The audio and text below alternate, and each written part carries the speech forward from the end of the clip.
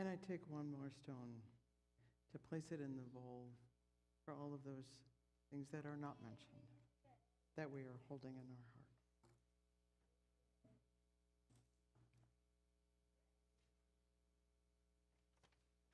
heart. Alone, each of these concerns and also the energy of the joys could be very, very heavy. But when they come together, and when we hold them as a community, they are so much less heavy. They bring us together in our needs and also in our gifts. May they all be blessed.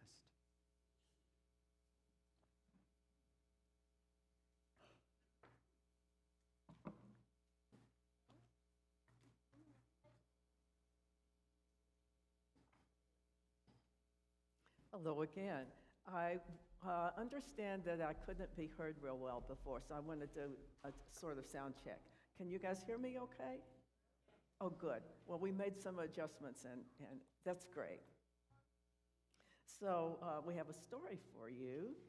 This month, we've explored the theme embodying resilience by finding refreshing breath, stubborn resilience, and last week, love in its many aspects. All ways of strengthening resilience.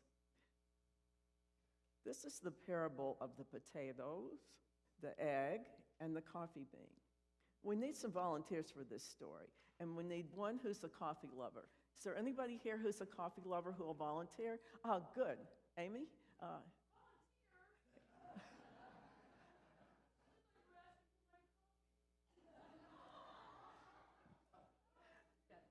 We need a coffee lover volunteer to come right up here, if you would. And then we need several other volunteers. Have I got a couple more? 2 or 3 more volunteers. Yay, yay, yay. You can come on up. Yeah, come on up. Okay. And then let's see. I have some assistants here. Reverend Elaine and Linda in just a moment. So the story begins. Once upon a time, a daughter complained to her father that her life was miserable and that she didn't know how she was going to make it. It seemed just as she got one problem solved, another one would come up for her. Her father was a chef, and he took her to the kitchen and got out a potato, an egg, and some coffee beans, which we are doing now. Yes. Now, our volunteers can see and touch these objects and tell us what each one is like. So you can feel the potato and tell us, is it soft or hard? Is it hard? Does it feel hard to you?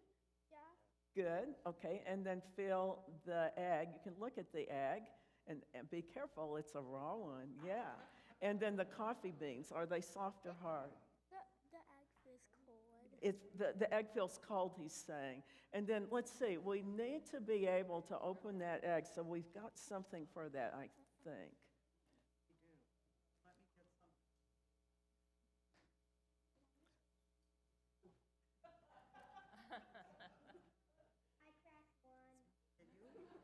You know what? I think the coffee beans could be on the table, and then the egg can go in that.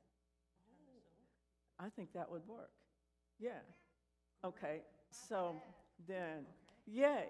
And then we're going to crack the egg. I don't want to because I'm going to spill it. I can understand that. I think. Ready to, though. Are you? Yeah. Well, okay. I know my dad cracked egg. Okay, so just like this, just against there, okay?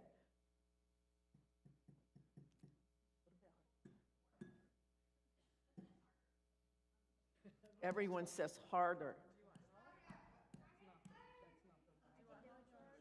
I think I can. Oh, there you go. Oh, yeah. You did it. Oh, okay. There's some more. Yeah. Let's go like this. Let's go. It takes a village. How many Unitarians does it take to crack an egg? One. One. Okay, now, what does that egg look like to you? Does it look kind of soft? A little bit vulnerable, would you say? All right. So he filled 3 pots, and we're going to move this out of the way and bring our pots up. You want it over here? I know.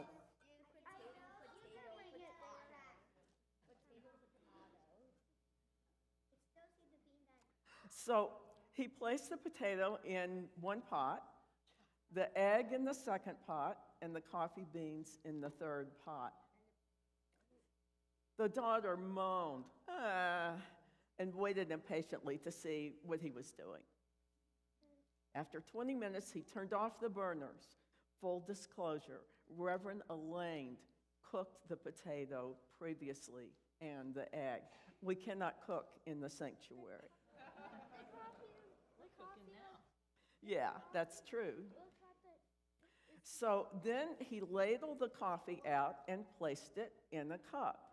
That takes a special skill because Reverend Elaine's ladle is in place. So she's going to ladle it for us.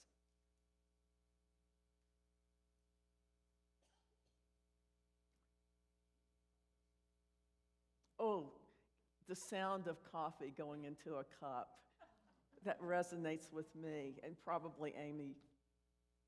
Turning to her, he asked,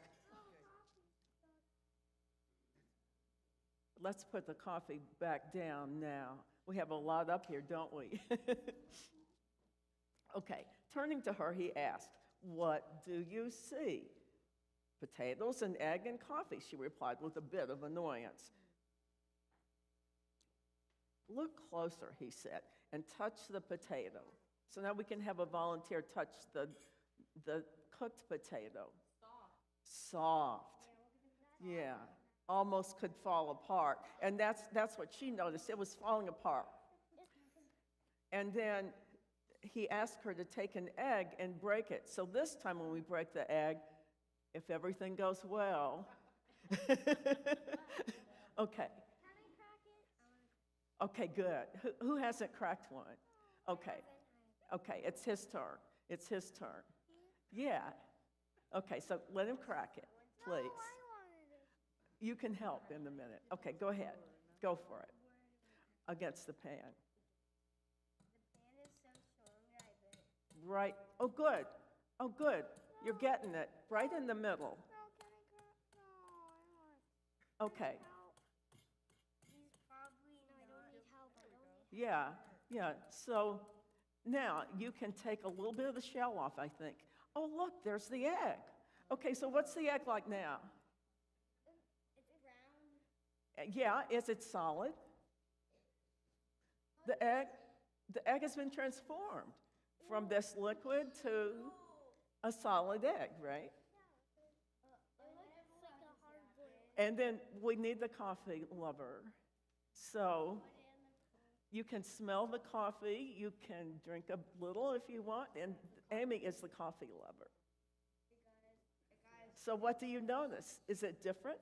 Can you smell it? What happens if I drink it? Well, so now I think we're ready for all of our volunteers to go back where you came from. And let's have a hand for the volunteers. And thank you. Thank you. Finally, he asked her to sip the coffee. Its rich aroma brought a smile to her face. Father, what does this mean? She asked. He explained that the potatoes, the egg, and the coffee bean had each faced the same adversity, boiling water.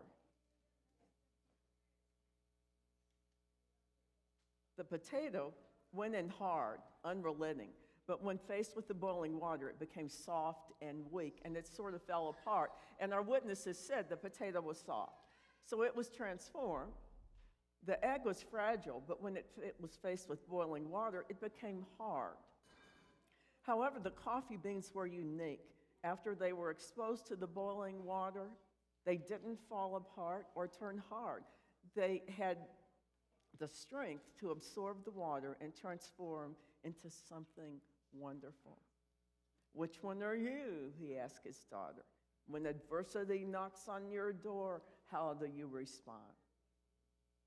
Can you recall responding like the potato and becoming kind of fragile after adversity touches your life? Like the egg by hardening a part of yourself? Like the coffee bean at some time just becoming, even for a few moments, something you didn't dream of that was sort of wonderful? I think we can move the table. Maybe someone needs to hold the liquid parts.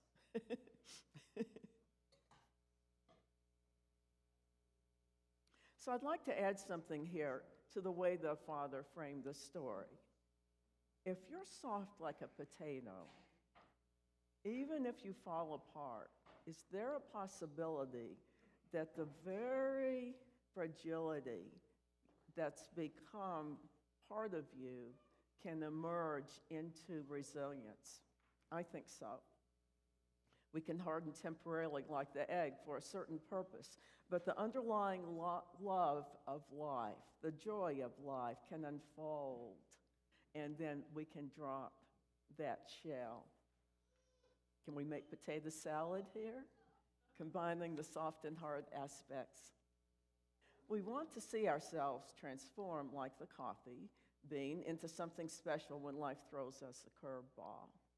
I can say that especially because I love good coffee. Now, in life, things happen around us and to us. The only thing that truly matters is our choice of how we react to it. And there's always opportunity for resilience to bring us to a good and healthy place in time. A special thank you to Reverend Elaine, Linda, and all of our volunteers.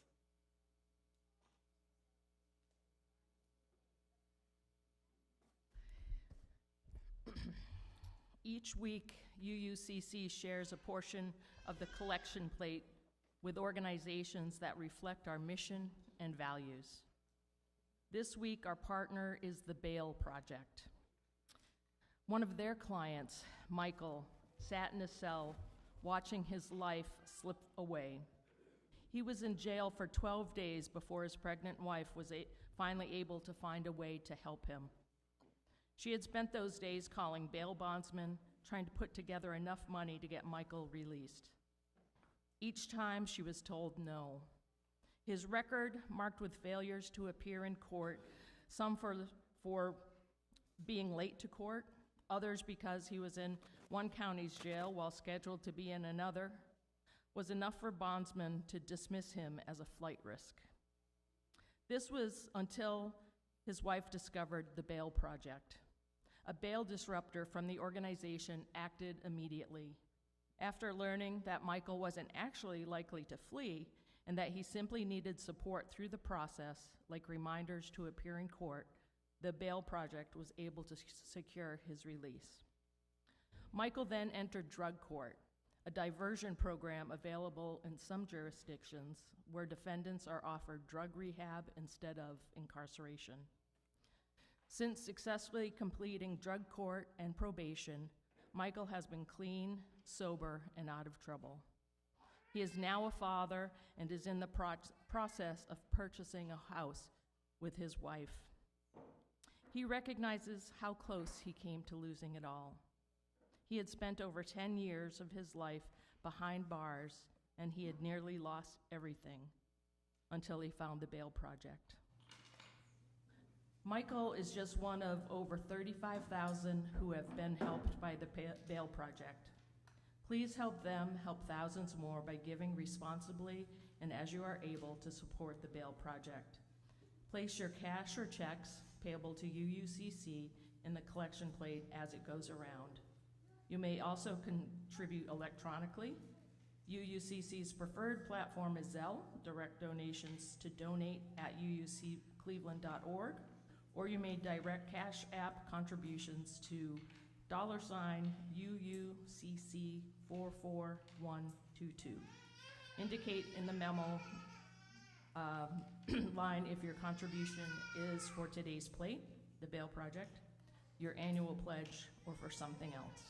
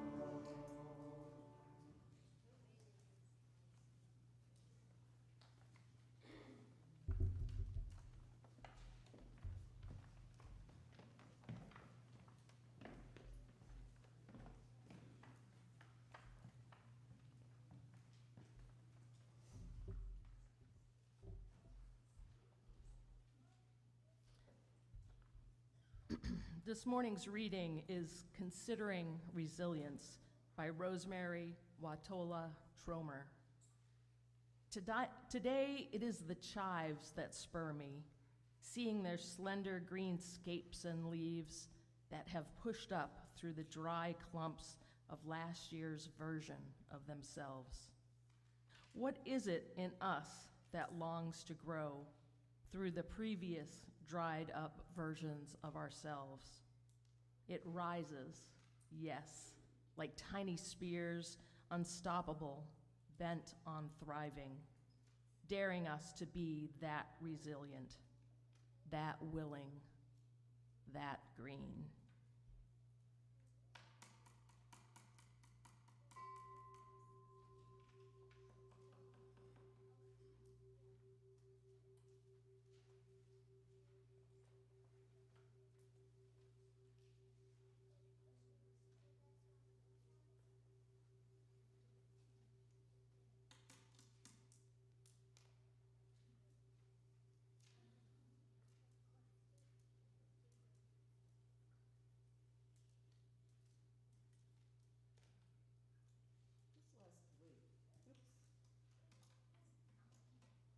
There, that's better. Can you hear me okay? Good. This last week of the theme embodying resilience, I want to review a definition of it. Resilience has been described as the ability to adapt to adversity, trauma, significant stress, allowing us to move through difficult experiences. Psychologists and others have mapped out strategies to build a sense of resilience, some that we can explore later. So where is resilience exactly? Is it here in the sanctuary? Is it in the balcony? Is it near the piano? If you're listening from home, is it in your house? Well, maybe it's in all those places. What if we find resilience everywhere in the universe, everywhere on Earth? If I think about it, I can think of all kinds of examples of resilience. Anywhere I go, the crocuses I saw coming up in the yard after it had been so cold this winter. In an article of Nature and Wildlife last year, Candace Carrucal-Andrews said animals and plants are remarkably resilient in the face of environmental changes. And she talked about a fig tree in Kenya that can turn parts of itself into stone. It uses microbes inside itself to convert internal crystals into limestone-like deposits as defense against environmental danger. And yet it's still soft enough to yield figs, to yield fruit. We as humans also adjust and adapt to changes and curveballs that are thrown our way. We do it all the time naturally. I have in mind Jesse Jackson. Growing up under Jim Crow segregation laws in the South, he learned to go to the back of the bus, to use a separate fountain, and still he had the wherewithal to become a good student in high school, to become a good athlete. He became a leader in civil rights movements in the 60s. For the next few decades, he continued to work for civil rights, navigating the changes of political climate, starting organizations, running for president more than once, and forming coalitions. Jesse Jackson was often a controversial figure. He was said to have a sort of a big ego, but I can't think of anyone who ran for president who doesn't, actually. He never gave up on his activism and trying to create a more equitable society. He must have used every ounce of resilience to keep his eye on those values and to persevere for decades as an activist in the public eye. But resilience is not just for the Jesse Jacksons of the world. In her book, Calm Within the Storm, Robin Hanley Defoe says, many liken resilience to grit, mental toughness, or the idea that resilient people are superhuman in some way. Yet in my work with people from all around the world, people with diverse experience and the most remarkable stories, what I came to understand is that resiliency is not only reserved for the mentally tough, the strong, or the fearless. Every one of us has the capacity for resiliency. In her book, Are Humans Resilient? An Exploration of Our Innate Strength and Adaptability, Valerie Forgard wrote, you've got to appreciate that your body has its own built-in mechanisms for bouncing back, biological factors, and they play a crucial role in your capacity to withstand stress. This science is pretty new, and it's so exciting. There's a resilience gene variant, which was uncovered by genetic research, that augment our ability to recover from adversity. And then, of course, there's neuroplasticity, the brain's remarkable ability to reorganize itself by forming new neural pathways. And we know that that helps us become recovered from strokes, from trauma, from stress. Robin says these factors are integral parts of human biology that continue to contribute to our resiliency, biological parts of us. At a historical level, our ancestors faced interdependence. I misspoke here. They faced floods, famines, wars by adjusting and adapting and forming interdependent social bonds, often migrating and adapting to new situations. Their resilience brought us here today. Now, we claim that resilience for ourselves, and we need it. We have a lot to do. We want to be healthy and vital humans. We want to support our friends and families. Some of us are activists, and we need resilience to navigate social justice in our era, just like Jesse Jackson did. Here at UUCC, we undertook a historic capital campaign that we named Building Our Tomorrows to renovate our spiritual home. As a congregation, we need lots of resilience for such an undertaking. Just living a human life, our ability to adapt and adjust, our innate resilience carries us from being a tiny baby to learning to crawl, to learning to stand, learning to walk perhaps, all the way through childhood and adulthood. Maybe you have stories of your own, a time when you wondered if you could make it through a certain situation in your life. Somehow you made it through. Martin Luther King said, "If you can't fly, then run. If you can't run, then walk. If you can't walk, then crawl. But whatever you do, you have to keep moving forward." Several close friends and family members of mine have demonstrated resilient strength. One of the most remarkable times I recall is when my husband was in the hospital recently. My husband, Steve. He was in hospitals and rehab centers a very long time. I'm just going to tell you one story. He had had a little bit of difficulty with breath, so in order to breathe better, he went to the hospital and eventually received a surgical procedure to implant a tracheostomy. The hope is that patients will become better after they've used the tracheostomy for a while and be able to have it removed. But at the time the tracheostomy is in place, the patient normally can't speak or eat. Steve was very discouraged and only nodding yes or no to medical instructions or questions for about a week. He wasn't moving his arms or legs at all. Then he started trying to talk, but no sound came out of his mouth, which would be what you would expect. And he wasn't making precise enough movements with his lips for us to understand what he was saying. One day, a friend of mine and I went into his room, and he started to make gestures. He who hadn't been lifting his arms off the bed, he was doing this. He was doing this. He was bringing his arms out in front of him like this. So I said, "Do you want a hug?" And I gave him a hug.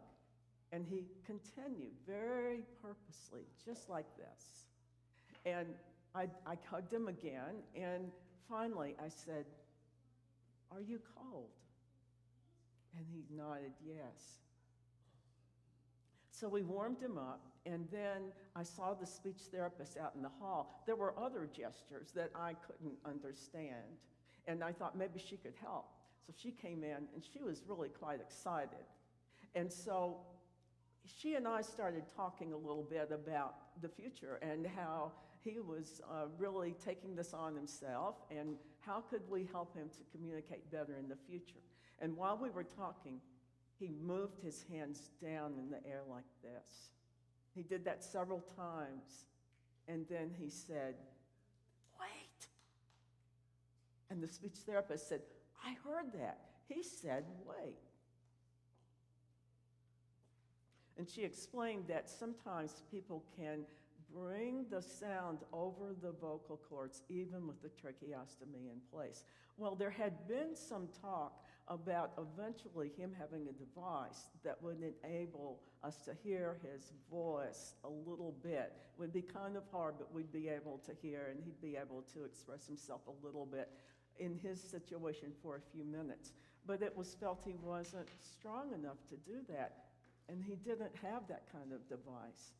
He had no coaching from anybody, just resilience of someone in great distress, finding a way, inventing his own language that we could understand. I imagine that there are other people who've had tracheostomies who do something similar or something else to make their situation better. And I have to say, after watching this process that lasted about a week trying, I might have caps off to all of those people.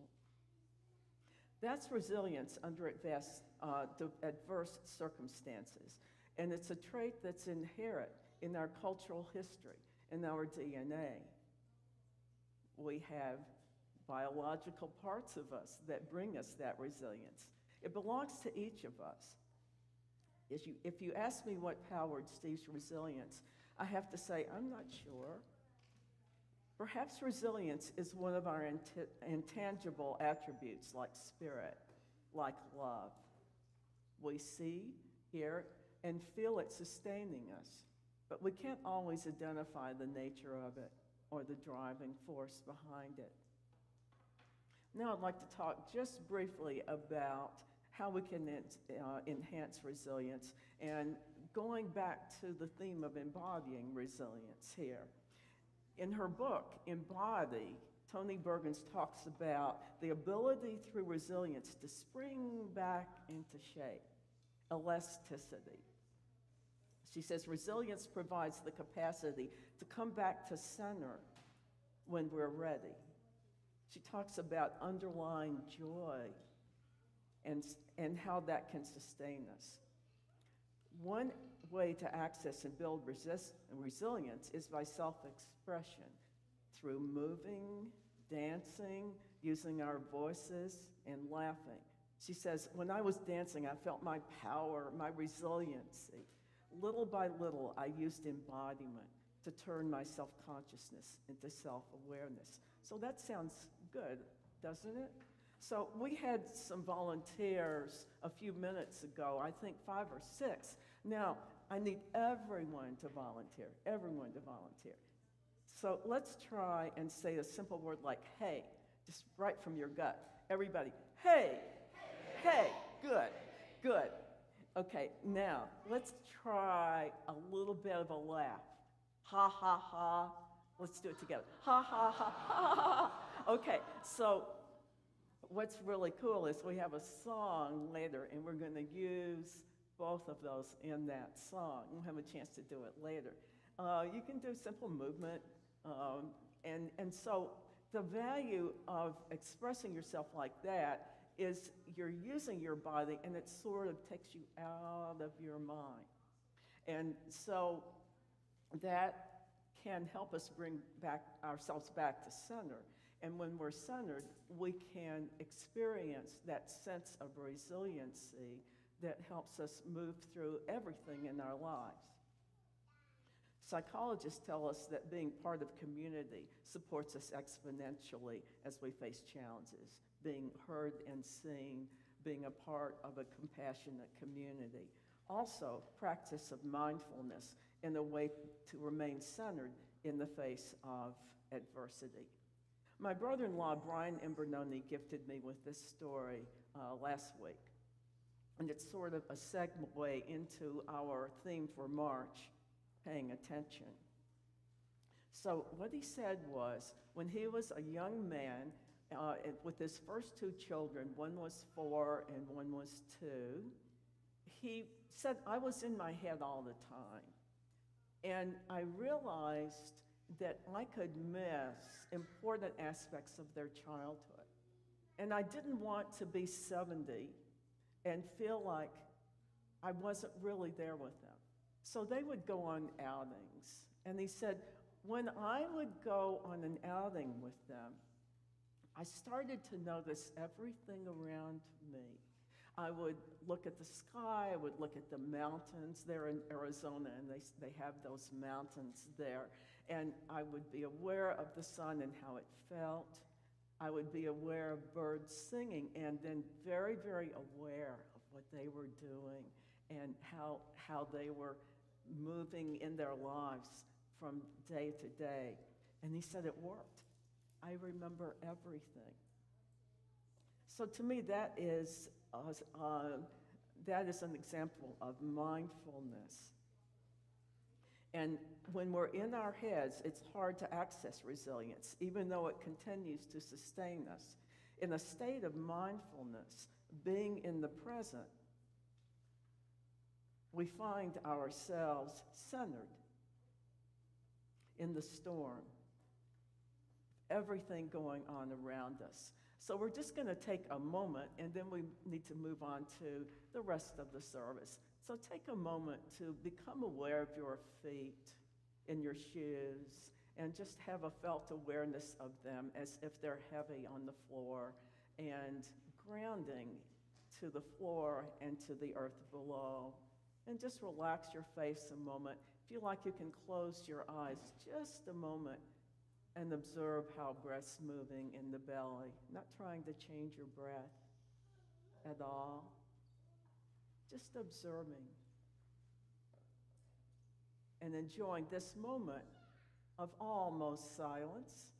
You can perhaps, as you observe your breath with that gentle attention, you can perhaps become aware of sounds in the environment, and then softly open the eyes and become aware of your surroundings, looking around at people around you and the walls, the lights in the room. So now it's time for our next song, When the Spirit Says Do. You'll find it in the printed program for the day, and we're going to use, as I said, those sounds and movements that we practiced earlier. Please stand in body or spirit as we sing together.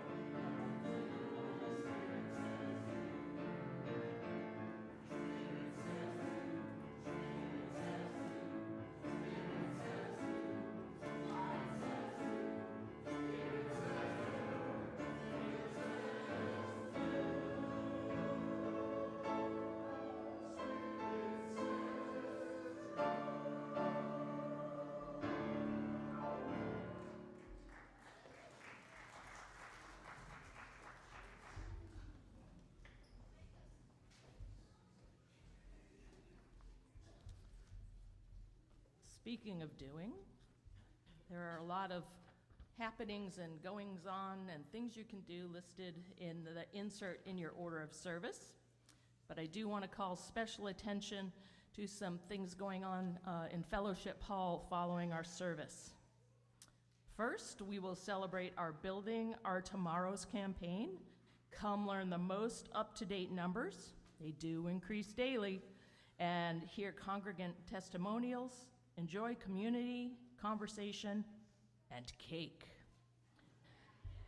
After securing your cake, please greet special guests Sabina Izmailova, Gunel Alek Barova, and Nazrin Abba Sofa, who are visiting Cleveland from Azerbaijan for a week-long program about combating human trafficking and domestic violence, as well as caring for survivors of these crimes.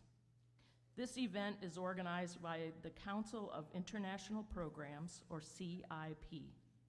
Since its post-World War II origins, CIP has connected thousands of professionals from more than 140 countries in order to foster international understanding, build global networks, and form lifelong bonds. Thanks to Cynthia Taylor, Dennis Grossman, and Julie Short for bringing us this opportunity. Also, the planning committee for this year's Women's Retreat is seeking additional members. Please join them at the Women's Retreat planning table to help plan the April retreat. Oh, there's Beth. She's on that committee. Join her. And finally, don't forget that cake.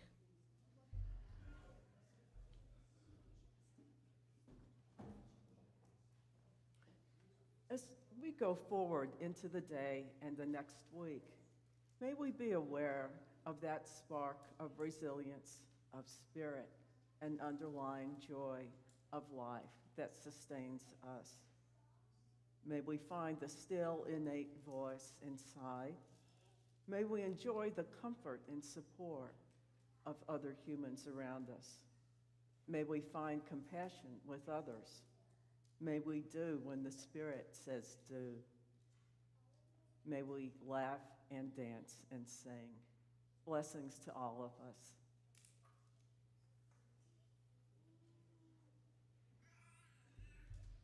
I welcome everyone to join in reading our Extinguishing the Chalice words found on the yellow card in front of you. We extinguish this flame, but not the light of truth, the warmth of community, or the fire of commitment.